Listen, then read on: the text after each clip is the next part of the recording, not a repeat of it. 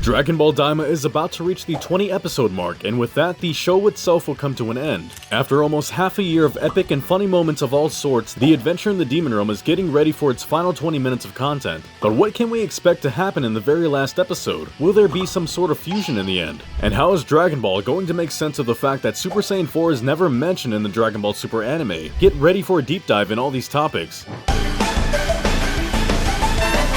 Episode 4 of Dragon Ball Daima introduced us to the Medibugs, a combination of multiple bugs that originated in the Demon Realm and that had all kinds of special effects, from restoring one's physical condition to even fusing two different people that consumed two join bugs. From that point onwards, the possibility of witnessing a new fusion seemed to clearly open. However, the join bugs have been forgotten for the most part in Daima, which begs the question, will Goku finally use them in the 20th episode of the anime? The most likely answer is that yes, we will get to enjoy a whole new fusion in the final episode of Dragon Ball Daima, and by whole new fusion, it is to be expected that neither Vegito nor Gogeta show up in the great finale of Dragon Ball Daima. The reason being that each fusion method gives birth to a different fusion, and the join bugs are no fusion dance or Potara earrings. Therefore, even if Goku finally fuses with Vegeta, we will most likely see a third individual coming from their joining forces. But what if Goku decides to actually fuse with a different character? Many fans have speculated for months about the possibility that Goku could eventually fuse with Shin or maybe even Glorio. Regarding Shin, Dragon Ball Super already portrayed that Akai had the potential to easily squeeze out the power of the Saiyan lineage, which is exactly what happened with Black and Zamasu. On the other hand, there's also Glorio, a character that seems to stem from Mira, who most people are acquainted with thanks to both Dragon Ball Xenoverse as well as Dragon Ball Heroes. And Mira himself has his own version of the Super Saiyan transformation given that he possesses cells from the Saiyan lineage. So considering just how much Dragon Ball Daima has been borrowing content from other Dragon Ball stories, it is certainly a possibility to take into account. But Goku is not the only one with potential to headline a new fusion. There's also the Majins to consider. Historically, Majins such as Du and Ku have had the quality to be able to absorb others and use their powers, or at the very least, kind of take control of their fighting potential. There's also the fact that both Majin Du and Majin Ku represent that fat-skinny duality in the Dragon Ball world that more often than not tends to precede a perfect or super form. Hence, the possibility of the two of them fusing together shouldn't really be ruled out. And considering that Majin Ku possesses an incredible intellect, and that Majin Ku has an amazing fighting potential, the resulting Majin could definitely become a menace. Remember that if you want to keep enjoying this content with all sorts of advantages, you can always subscribe to the DB Hype channel. With two different tiers available, you can either go Ultra Ego or Ultra Instinct, with the first providing access to some special emojis as well as getting to watch the new content earlier, and the second tier giving access to both exclusive video as well as polls. Thank you very much for the support.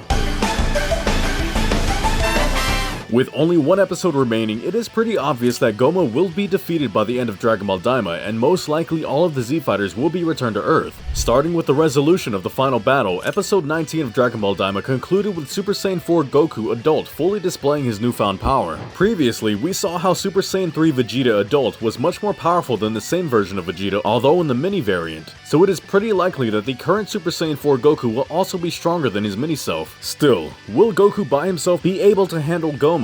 Most likely not. After all, we have to consider that both Goku and Piccolo concluded that Goku was not going to defeat Goma by himself, but rather act as a decoy so that Piccolo could enact the master plan they came up with after acquiring the intel provided by Arenzu. It is necessary to hit Goma 3 times in the back of the head so that the evil third eye comes off of him. Therefore, it is very probable that Goku will give it his all as a Super Saiyan 4 for a limited amount of time, especially given that he also admitted that he didn't have that much stamina left. After Goma loses the evil third eye, even if both Goku and Vegeta are exhausted, there's so many allies on the battlefield that Goma should be defeated pretty easily, maybe even through some of the weird bombs that Pansy carries with her. Still, the important part is that most likely the first half of the final episode will be completely used in order to seal the deal regarding the battle with the King of the Demon Realm. So, what will be left in the second half of the episode? It is kind of disappointing that Daima's final episode will not have a longer duration given how special the occasion is. So, for the second half, we will get about 10 minutes worth of content, which should deal with Goku and the others saying their goodbyes to Glorio and the other people from the Demon Realm and finally going back to Earth. There's definitely a lot of things to deal with in the final episode, so it shouldn't be surprising that the script comes off as pretty rushed. There's also the fact that Trunks' birthday was interrupted right at the very beginning of Dragon Ball Daima, and also that we are yet to see Gohan in the anime. At this point, it seems likely that Gohan will not even be featured at all in Daima, or maybe that he shows up right at the very end of the anime with a lot of confusion and asking his father what exactly happened in the last few days.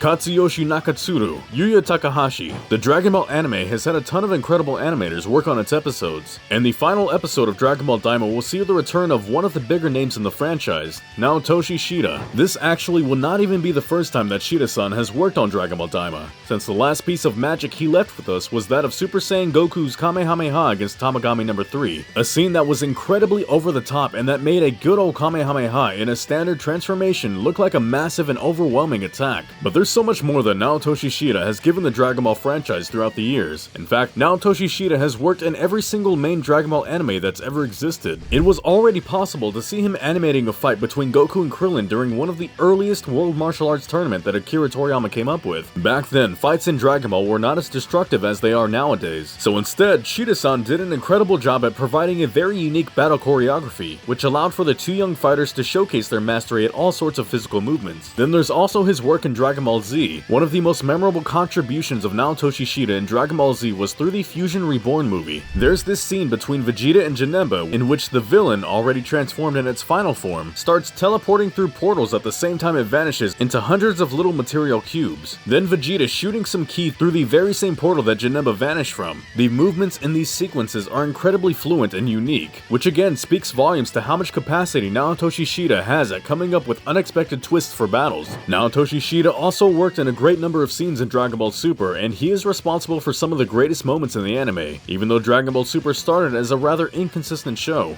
It was thanks to the efforts of very talented individuals such as Shida-san that Dragon Ball fans were still left with unforgettable battles. For instance, many still get shivers when they remember the sequence of Mastered UI Goku striking Jiren with a massive punch that not even the gifted warrior was able to react to. Definitely peak Dragon Ball Super. As a final bonus, Naotoshi Shida even worked for the Super Dragon Ball Heroes anime, animating the fight scene between Super Saiyan Blue Goku and Hearts that to many fans was indeed the greatest fighting scene in all of the anime. Considering that Dragon Ball Heroes was an especially inconsistent show when it came to its animation and production, the fact that Naotoshi Shida could perform such masterful work is especially notorious. With everything that's been said, it is very likely that Naotoshi Shida will be featured in the display of Super Saiyan 4 Goku Adult against Goma. And if that is definitely the case, then all Dragon Ball fans should be ready for what could potentially be one of the greatest final battles ever seen in all of Dragon Ball, maybe even surpassing episodes 18 and 19 of Daima.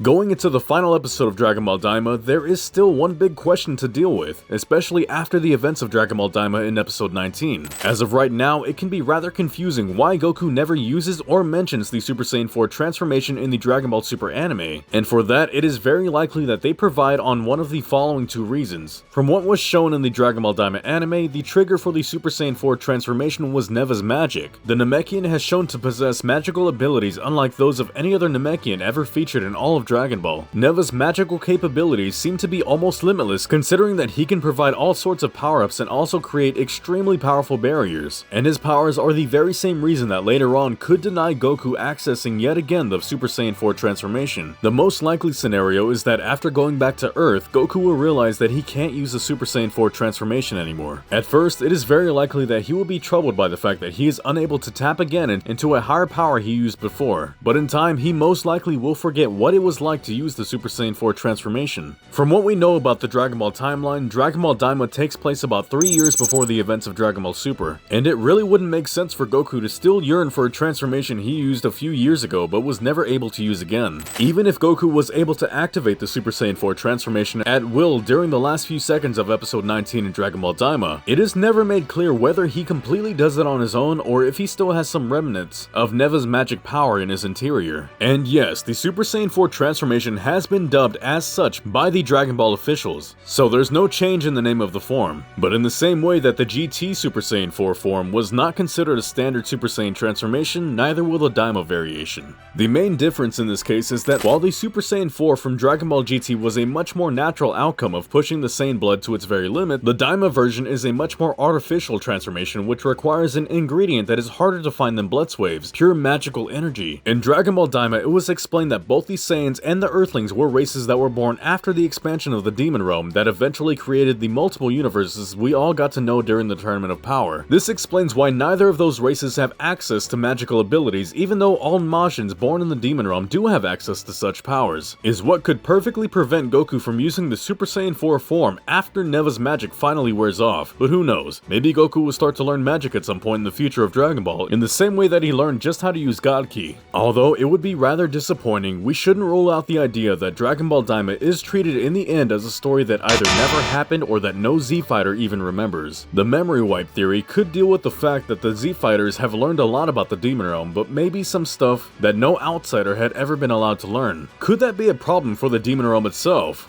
Perhaps. Especially considering the fact that the reason that the access to the Demon Realm is limited is because a king of old just didn't trust those that escaped the Demon Realm and started living in one of the universes created thanks to the powers of the Majin Raimus. Neva, for instance, seems to be perfectly able to perform a memory wipe spell that could affect a bunch of individuals. The fact that the Dragon Balls of the Demon Realm had never been used before, even for good, implying that for the very first time the Red Piranga and its immense power was revealed to a bunch of individuals, even outsiders. But what if the situation is not that it has never happened before, but that every time that happened, Neva simply wiped the memories of those that used the Dragon Balls? We know for certain that Deborah wasn't strong enough to defeat the Tamagamis, and it definitely checks. But what if there were others that came before Deborah that really have the power to overcome the challenges of the Tamagami? Let's not forget that in Dragon Ball Super, Goku and Vegeta eventually fight Moro, a being that seems like it could have been raised in the Demon Realm, considering both his pointy ears as well as his incredible powerful magic. If Moro was really in the Demon Realm at some point and he knew about the Dragon Balls, there's no way that he would not have been able to defeat the Tamagamis if he had really tried to. Then there's also the other possibility, which would be kinda comical. All of Dragon Ball Daima is actually a Gohan dream.